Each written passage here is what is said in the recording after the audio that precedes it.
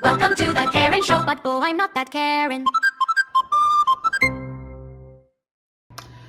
Well, hey there, neighborinos. Welcome back to my channel. Today, we are going to tackle a very quick, simple recipe for pizza dough. And pizza dough is not only versatile, it is good for the budget. Literally costing pennies to make a 12-inch pizza. So I will, of course, put the breakdown down below, but let's walk through it together while I go through maybe some pizza facts for you, and maybe we'll talk about where the hell I've been. Let's get started. Pizza dough. Now, I can tell you that this is not my recipe, okay? This is not my recipe. You can add to it, you can subtract from it, etc. It's not going to change the recipe much. I choose not to. I choose to have the recipe being pretty close to what I discovered online. Now, apparently, this recipe was one of the original dough recipes from, I think, Pizza Hut or Domino's. But regardless, it's pizza dough. It's super simple. Let's get into it. First thing we need to do in any successful pizza dough or any successful bread is that you have to make the yeast mixture. Now, there are two schools of thought here. There is the school of thought you can just toss in, your quick rise yeast into the dry ingredients, make everything all at once, and away you go. And you can do that for sure. This recipe actually calls for us to kind of what is known as blooming the yeast. So what we're doing is that we're starting the yeast, we're giving it a little bit of food, we're allowing it to expand, and then we're going to be adding it to our dry ingredients. So if you are a first-time baker, or a first-time cook, that is why. If you see some recipes with yeast and they're just saying chuck it in, call it the chuck it fuck it, then yeah, go ahead. It probably works for that recipe. For this particular recipe though, we want it to be nice and yeasty. We want to have the yeast bloom before we put it into the dry ingredients. So let us take a look at what we need. We're gonna need, obviously, a container here. I'm going to add to that 1 1/3 cup of warm water. Now, before I get the water, here's some helpful hints for you. If you use hot water, screaming hot water, you are going to kill the yeast. Yeast is kind of like a live, I want to say being, but it's live, it's living. That's why we have to feed it in order to make it work. So when we put in super hot water, we are killing it, and your bread and whatever it is you're making will be flat. Okay, so you don't want that. At the same time, you don't want cold water. Cold water isn't going to wake the yeast up, right? It's just going to be, once again, blech. So the happy medium, just like Goldilocks and the Three Bears, is that we're looking for warm water, usually around about 100 degrees. They say that that's good. So let's go, you know what you do, run your water, stick your hand in it. When it feels warm, almost on the edge of going hot, that is the perfect temperature. I'm gonna go get some right now. Okay, so I have my warm water. So we're gonna put 1 1/3 cup of this warm water. If you're wondering if it is the right temperature, if that makes you squirrely, like you don't know the exact temperature, use an instant thermometer, around about 100 degrees, 110, you're good to go. To this, we are going to add 2 1/4 teaspoon of active dry yeast. So if you're using those little packets, that's roughly, I believe, 1 teaspoon. So you need a couple of packets, or maybe it's 1 packet is 2 teaspoons. Regardless, the actual measurement, 2 1/4 teaspoon. So let me get out my little things. Here's the quarter. Okay, so here, and let's see, we need to have 1, okay, 1 1/4, okay, and 2 1/4, so there's 2. Now finally, we've added the water, we've added the yeast, now it's time for the food, right? The food for the yeast. In this case, it's going to be 1 tablespoon of granulated sugar, okay?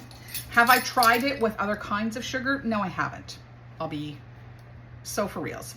I have not. So I can't tell you if you can use that as an exchange, but Here, it's just 1 tablespoon granulated sugar. Okay, so what we're gonna do is we're gonna give this a quick stir. I'm gonna cover it with a tea towel, and we're gonna leave it for 5 to 10 minutes. It's gonna become bubbly and frothy. And while we're waiting for it to be active and ready to go, we're gonna get together our dry ingredients. Okay, so while we're waiting for our yeast to bubble and boil, etc., let us get together the dry ingredients. Now, for your newbies out there, you might be thinking, well, why do you need to split wet and dry ingredients? Valid question. Depending on the recipe, sometimes you can do, like I said, the old chuck it and fuck it and throw everything in a bowl and away you go. But sometimes it's actually very important to separate the wet and the dry, because maybe the recipe calls for 1 cup of the dry ingredients at a time to the wet, stirring until it's incorporated, then adding it. Sometimes you have a lot of dry ingredients together, so it's important that you get it and you whisk them all together so they're nice and even. That would be a case like, say, cake flour, right? And you're adding some baking powder or baking soda to it. Maybe you're adding a pinch of salt, etc. In pie doughs, right? You're dealing with cinnamon and a whole bunch of other things. So you add your dry ingredients, you whisk them around so they're all evenly distributed, and then you can add your wet, either to the dry or maybe you add the dry to the wet. The recipe, of course, will tell you. It will be the source of truth. So let's get our pizza dough, dry ingredients together. So little ingredients, you're gonna die when you see the actual recipe written out full down below. But we're just gonna get the dry ingredients, whisk them, and hopefully by that point, our yeast will be finished and ready to go. So I'm gonna piss off a lot of purists here, and I don't care. I have been baking for many a year, and they say that the most accurate way to bake is to use a scale and actually use a measurement, as opposed to scooping things out by cup. And they're not wrong, but they're not right either, right? I think it's really personal preference, and if you can figure out how to do it properly, you do you, boo. So let's talk about pizza flour. So yes, you can use all-purpose flour. And in fact, the original recipe calls for all-purpose flour. What I find though is that the pizza flour is a little more finely milled. It is meant for this whole yeast rise and then bake kind of scenario. I just find it's a lighter kind of dough, and I dig it. So speaking of digging, let's get into it. We're going to need 3 cups of this pizza flour. Now, here's where I say I'm gonna piss a lot of people off. The thought is that if you scoop it out like this, it might not actually be a proper cup. And even if you scoop it off, and you should always level it off, okay? I agree with this. Always level it off so it is a full cup. But what I do is when I scoop, I shake, so it takes out all the air out of it. It truly is 1 cup of product, and we're just going to add it to a bowl, okay? So here I go. I'm gonna shake as I'm bringing it up. I'm going to use my finger, even it out, and 1 more to go. Okay, so we have 3. Okay, and here we go. Lots of flour left. I have about this much flour left. So here's the budget thing. This bag itself, I believe I paid, I want to say about $5, maybe $5 at Walmart for this pizza dough. I have already made 2 pizza doughs out of it. This is going to be a 3rd, and there's still enough room for a 4th. So you're going to get 4 pizza dough recipes, which is 8 12-inch pizzas. Keeping track, and it's about $5. We'll keep on going.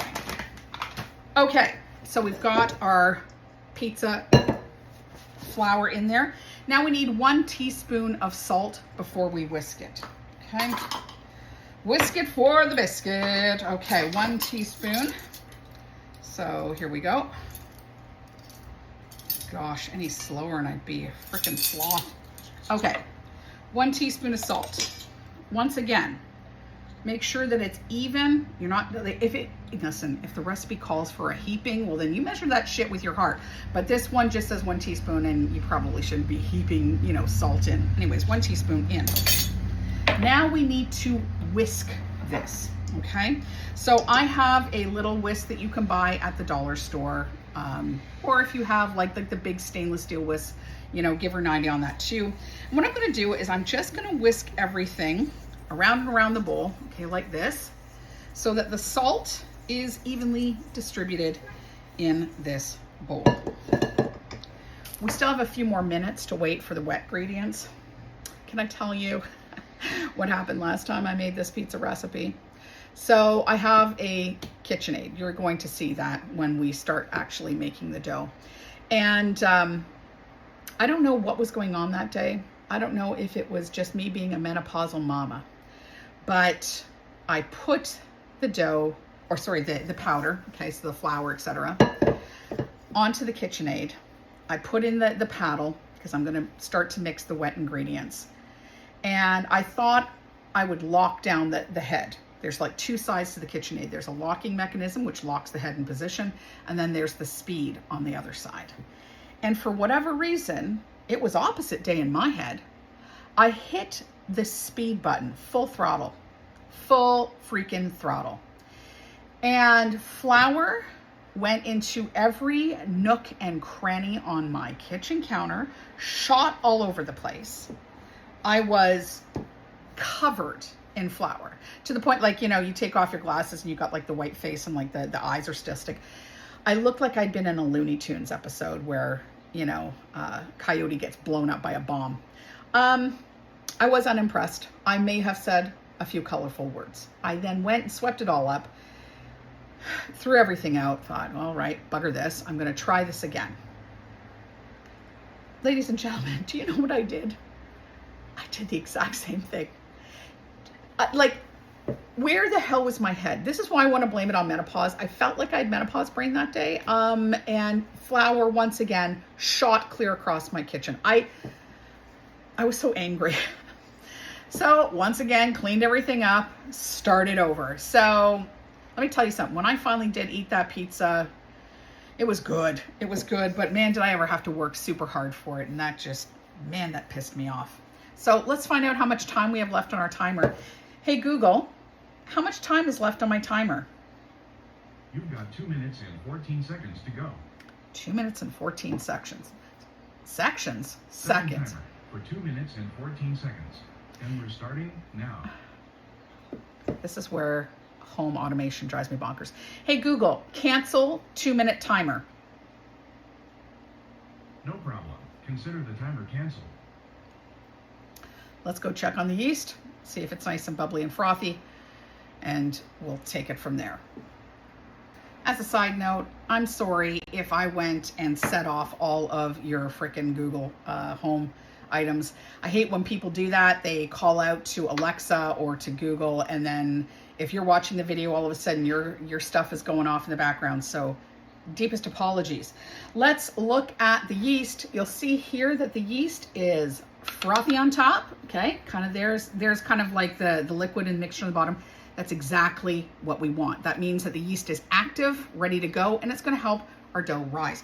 Now, before I go adding it into our dry ingredients, there is one more step, and that is that we must combine 2 tablespoons of a neutral oil to this yeast as part of the wet ingredients. We're gonna give it a stir, then we're gonna add it to our dry ingredients. So with that said, let's go. Let's get, I'm personally using vegetable oil. I just personal preference. Any neutral oil works. So we're looking at vegetable oil, canola oil. The recipe actually called for canola oil, but I was like, I'm a rebel, let's not. You can even do any kind of neutral oil of your choice, like sunflower oil, etc. But for me, it's veggie oil. So we need 1 and 2. Excellent. Now here's another little helpful hint from Heloise, if you will.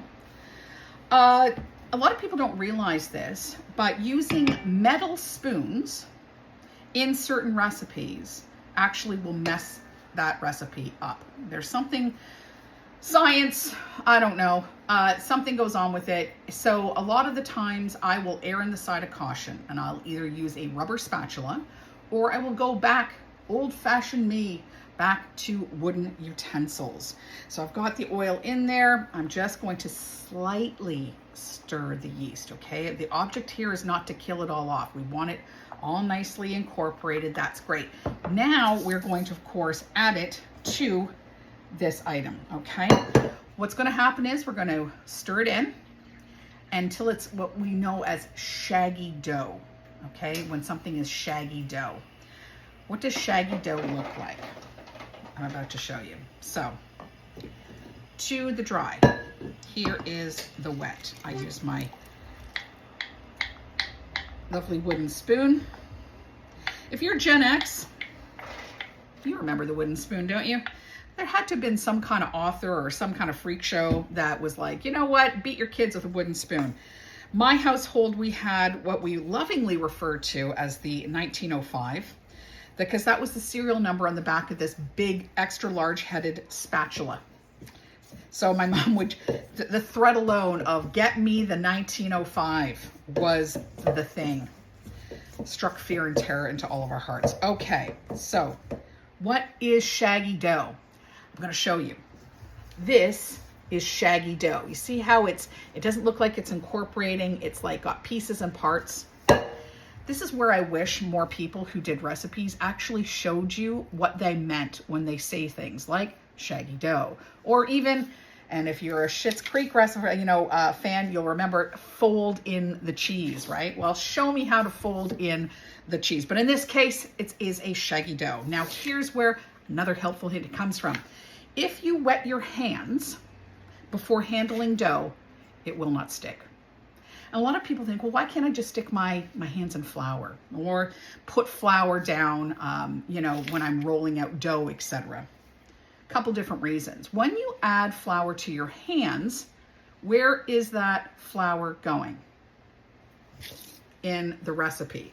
And what if we don't need to have extra flour because that's going to make the dough hard, right? Or tough, especially in the cases of pastry doughs. We'll get into pastry doughs later when I'll roll it out between 2 sheets of wax paper, but you don't want to add any extra ingredients. So in order to make sure that I can handle the dough properly, I'm going to wet my hands and then grab the dough. Ooh, sound effects. You're hearing it in real time. Okay, so I'm going to just take this off the wooden spoon. And here I'm going to just stick my hands in there, move that dough around, pick up any of the extra flour, right? Because remember, it was shaggy. You can see in here, I'm just going to show you what it looks like, okay? Picking up all the dough, making it shaggy. Now, here's where I'm going to give you a cheat code, okay? And here you go, you can see that it's now incorporated into a ball. If you have a mixer with a dough hook, feel free to use that bitch, all right? There's no awards that are being handed out for people who, even though they have mixers, are gonna knead it by hand, because the end result is still the freaking same. Now, if you don't have a kitchen mixer with a dough hook, whatever, panic not, all right? You're just going to a little bit of dough, or even cornmeal. Cornmeal is great for this. Put it down on a clean countertop, and I want you to knead it for about 5 minutes. Me, I'm a lazy bitch. Ain't nobody got time for that. So I am going to put this in the kitchen aid, and let's get that dough hook going. And I am going to, of course, not fire dough all over the place today. And I'll see you in a few. Hold please. And through the magic of editing, here we are with our dough. Should still be slightly sticky, okay? We want it that way. But what we're going to do is now we're going to oil it, and we're going to put it in a bowl. And this is where I'm going to give you 2 different schools of thought on it. Let me go get the bowl. Okay, just dump that there. Take a bowl. In this case, I'm using a plastic one. And give it a spray. Give it a spray with some oil. Now you can use, of course, baking spray that comes in a can. Pam. Do they even sell Pam anymore? Baking spray, canola spray, whatever. I happen to have this cool little sprayer that we got at the dollar store. And it's actually quite handy I just give it a spritz around the bowl. So a little bit of oil, okay, to the ball of dough. And you'll see that it's nice and shiny here. What we're looking for is a smooth consistency. So just, you know what, fold it in on itself. You can see in here it's nice and smooth, little baby's bottom. Just kind of fold it in, give it a good old spin. You can even do this on the countertop where you spin it and pull it towards you, spin it and pull it towards you. But you're looking for this. I'm going to plop that into my oily bowl. Why do we oil the bowl? Glad you asked. It's because while it's rising, it's going to stick to the sides if you don't have oil, okay? And that makes trying to remove it from the bowl a bit of an issue. Anyways, this is where I'm going to give you 2 different ways you can handle this.